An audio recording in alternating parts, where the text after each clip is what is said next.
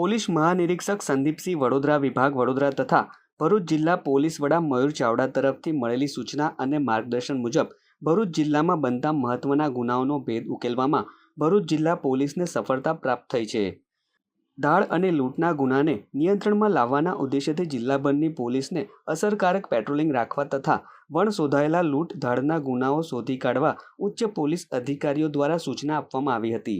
ત્યારે ભરૂચ જિલ્લાના અંકલેશ્વર શહેર બી ડિવિઝન પોલીસ મથક વિસ્તાર સહિત પાનોલી નજીક નેશનલ હાઈવે તેમજ સુરત ગ્રામ્ય વિસ્તારમાં છેલ્લા ઘણા દિવસોથી લૂંટ સહિત ધાડના કેટલાક બનાવો પોલીસના ચોપડે નોંધાયા હતા, જેમાં રોડ પર લોકો પાસેથી લૂંટ ચલાવતી કરંજ ગેંગના 4 શખ્સોને પોલીસે દબોચી લીધા છે। ભરૂચ એલસીબી પોલીસ અને અંકલેશ્વર પોલીસની સંયુક્ત કામગીરીથી મૂળ રાજસ્થાન અને હાલ સુરત માંગરોળના રહેવાસી પપ્પુ કાલુ શેરુ કંજર, સત્તુ રતન મસીરિયા કંજર, હીરુ સન્નુ શેતાનિયા કંજર અને પ્રકાશ છોટુ રોરુ કંજરની ધરપકડ કરવામાં આવી છે। તો બીજી તરફ અન્ય ફરાર આરોપી રામલાલ રાજેશ શેતાનિયા કંજરને પોલીસે વોન્ટેડ જાહેર કરી તેની પણ ધરપકડના ચક્રો ગતિમાન કર્યા છે।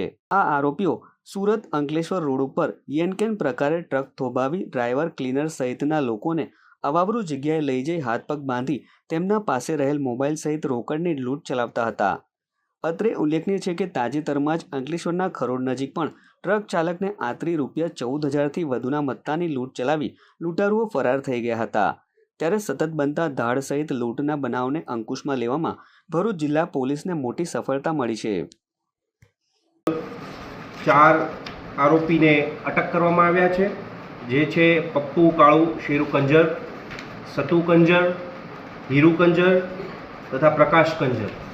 આ તમામ જે છે એ રાજસ્થાનના ચિત્તોડગઢ જિલ્લાના રહેવાસીઓ છે, જે સુરત અંકલેશ્વર રોડ ઉપર આજુબાજુ રોડની બાજુમાં પડાવમાં રહી રસ્તા ઉપર જતી ટ્રકોને ટાર્ગેટ કરી તેને યેનકેની રીતે ઊભા રાખી તેને હાથે એને ડિસ્ટ્રેક્ટ કરી અલગ લઈ જઈ અને એના હાથ પગ બાંધી માર મારી અને લૂંટ કરવાની મોડસ ઓપરેન્ડીથી આ પ્રકારની લૂંટો કરતા હતા।